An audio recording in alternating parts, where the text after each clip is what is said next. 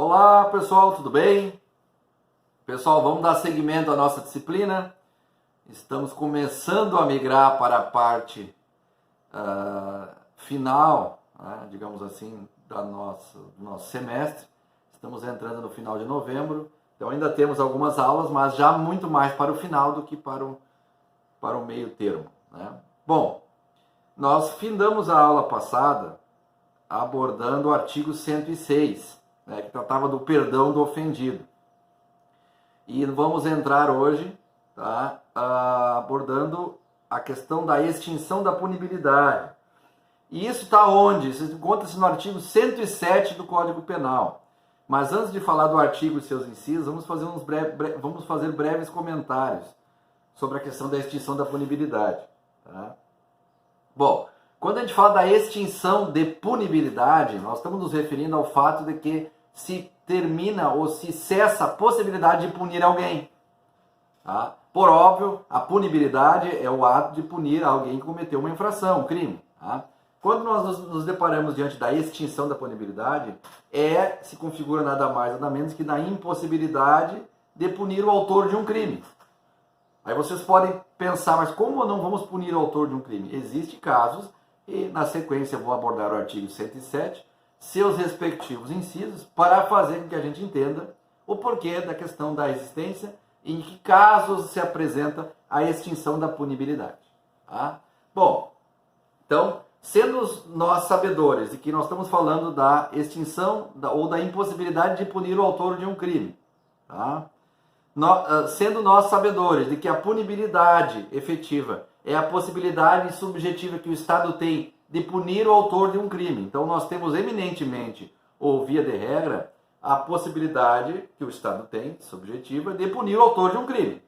Quando isso não for possível, nós estaremos diante de uma extinção de punibilidade, em casos específicos que nós vamos abordar logo na sequência. Outra observação importante que se faz necessário falar quando se trata da extinção da punibilidade é que nas causas extintivas, tá? Ou melhor dizendo, vamos falar de maneira mais clara para vocês, o injusto nasce sempre punível no direito penal. Ou seja, qualquer ato que foi considerado crime, ele nasce sempre punível. Cada um com sua caixinha, cada um com a sua pena, cada um com a sua configuração. Mas todos os atos infracionais nascem puníveis. Por quê? Porque existe configuração para cada um. O artigo tal fala de um crime tal, que a pena é tal, o artigo Y fala do crime tal, da pena tal, etc. Tá? Através de um evento posterior que o Estado pode abdicar, daí sim, do direito de punir. Através do movimento ou das situações que envolvem a extinção da punibilidade. Tá? Então nós temos, baseado no artigo 107 do Código Penal e seus incisos, causas extintivas de punibilidade. Ou seja, causas que venham a extinguir a possibilidade do Estado punir. Tá? Vamos lá ver o que diz então o artigo 107, que traz a seguinte redação. Extingue-se a punibilidade. Inciso 1º, diz o que do artigo? Pela morte do agente. Ou seja, a morte do agente pode extinguir a punibilidade. Tá? Em que termos isso pode acontecer? Primeiro, é preciso que se comprove na forma da lei a morte efetiva do agente. Através de que maneira isso é feito? Através do atestado de óbito, né? Atestado de certidão de óbito. Através desses documentos legais, se comprova efetivamente o óbito. Em se comprovando o óbito, nós teremos legalmente comprovada a morte do agente. Portanto, baseado no inciso 1º do artigo 107, estamos diante da primeira possibilidade de extinção de punibilidade.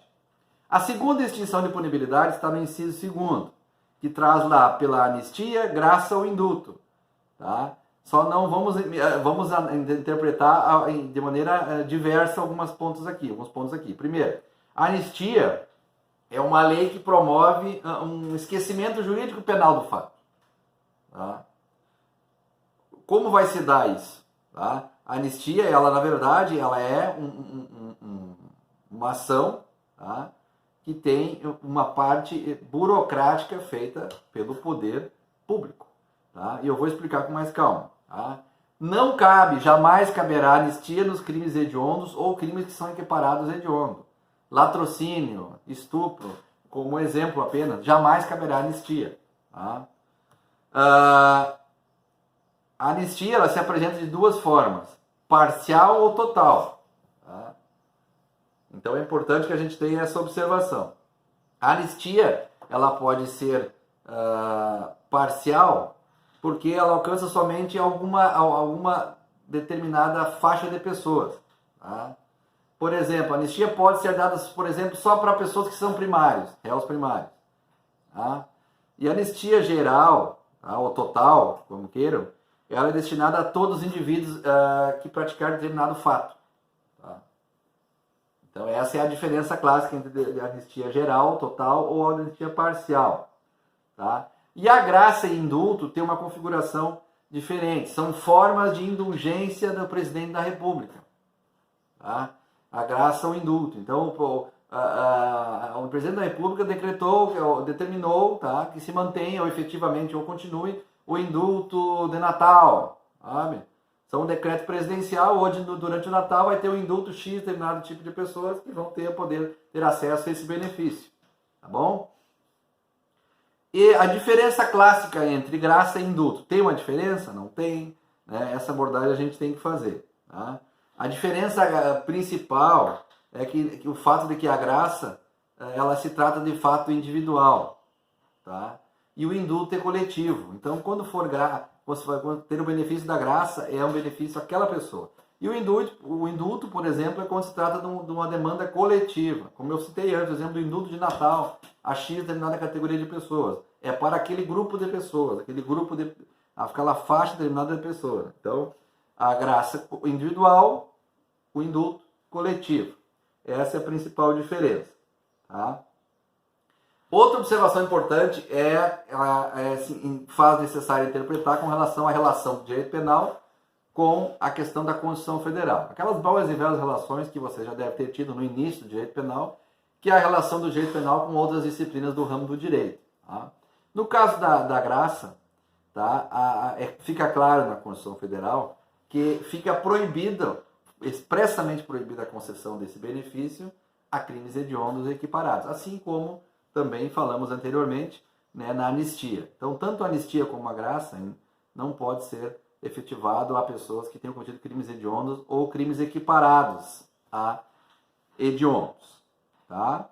Bom, inciso terceiro, outra possibilidade de extinção de punibilidade. A redação do inciso terceiro é a seguinte: pela retroatividade da lei que não mais considera o fato como criminoso. Ou seja, por uma lei que retroage, passando a não considerar mais que o fato que até então era crime, como crime. Tá? E aqui que é chamado, também podemos configurar como abolitio criminis. Tá? É uma forma que tem um caráter revogador do tipo incriminador. E ela revoga aquela situação que até então era crime e também afasta todos os efeitos penais da sentença condenatória. Por óbvio, a partir do momento que não se trata mais de um crime, por óbvio, os efeitos dessa situação também passarão a não existir. Eu trago sempre um exemplo aqui do crime de adultério. Algum tempo atrás, adultério era crime. Então, posteriormente, uma nova redação passou a considerar que o adultério não é mais crime. Sendo assim, nós estamos diante de uma situação de abolitio criminis que não considera mais até então situação como crime que até então era configurado tipo penal. Tá? Então essa é uma outra possibilidade efetiva. E falando do abolitio criminis, efetivamente, só para a gente ter uma referência do que eu estou falando de uma forma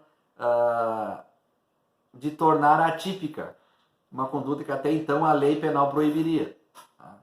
Então, mas o senhor está dizendo que adultério é legal. Não estou dizendo que é legal, estou dizendo que hoje adultério não é mais crime. Não confundam nunca adultério com bigamia. Tá? Não confundam. Bigamia é uma coisa configurada penalmente, o adultério não é mais. Tá? Então, é importante a gente fazer essa observação. Inciso quarto, que traz outra possibilidade de extinção de punibilidade, pela prescrição, decadência ou perempção. Lembrando que são 3 situações. Tá? E é importante, antes de mais nada, a gente falar pontualmente sobre cada um. Quando vai se dar a extinção da punibilidade pela prescrição? Tá? Primeiro temos que lembrar ou fazer referência a algumas coisas importantes. Primeiro, lembrar que a prescrição ela faz, na verdade, a extinção da punibilidade e a perda do direito do Estado em punir o agente infrator. Tá? O Estado perde o direito de impor a sanção penal. Por quê? Porque ele perdeu o prazo. Lembre que prescrição é quando se prescreve o direito de punir, quando o Estado, por exemplo, perde o período que ele tinha de exercer a sua atividade. Tá? Vocês todos devem lembrar, por exemplo, da situação em um crime tal prescreveu, a gente não pode ser mais punido. Vou ser mais direto, o crime de homicídio prescreveu em 20 anos, por exemplo, um exemplo que eu estou citando aqui. Tá? Depois de 20 anos e alguns quebrados, o cidadão não tem mais como ser punido, porque prescreveu, o Estado perdeu o direito de aplicar a punição àquele determinado sujeito, naquela determinada situação em específico. Tá?